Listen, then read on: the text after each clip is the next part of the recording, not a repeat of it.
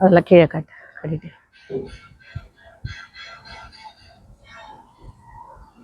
நல்லா பார்த்துட்டு இருக்கீங்க இல்லைங்களா? சீடு போட்டு 3 நாள் தான் ஆச்சு. ஆடி பெருக்கன்னிக்கு போட்டது முளைச்சுதாங்க வந்திருக்கு. எல்லாம் சரிதான், சீடு போட்டால் முளைக்க மாட்டேங்குதுன்னு சொல்லிட்டு மெசேஜ் பண்ணுறீங்க. உங்களுக்காக தான் இந்த வீடியோ. ஸோ நாங்கள் வெறும்னு தான் போட்டோம், எந்த பஞ்சகவ்யம்லேயும் ஊற வைக்கல. ஜஸ்ட் அப்படியே வந்து சீடு போட்டது தான். நல்லா தான் முளைச்சி வந்திருக்கு பாருங்க. நான் போட்ட விதைகள்லாம் இங்கேருந்து அப்படியே எடுத்து டேரெக்டாக பிச்சு போட்டது தான். அதையுமே இதில் இன்க்ளூட் பண்ணுறேன். செக் பண்ணி பாருங்க, ட்ரை பண்ணுங்க. ஒரு வாட்டியில எதுவுமே உடனே கிடைச்சிடாது இல்லையா?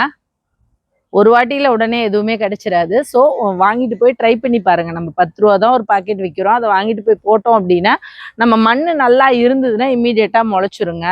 நம்ம மண் சத்தானதா இல்லைன்னா அந்த முளைக்க டைம் எடுக்கும். இல்லை வேறு ஆழமாக வந்து உள்ளே போட்டு சீடு அப்படின்னாலும் முளைக்க லேட் ஆகும். நான் போட்ட உடனே மழை வேற அன்னைக்கு காலையில் 10 மணி இருக்கும். நான் போடும் பொழுது பார்த்தீங்கன்னா மத்தியானம் 3 மணிக்கெல்லாம் செம மழை பெஞ்சிச்சு. ஆனால் அப்படியும் முளைச்சிருச்சு.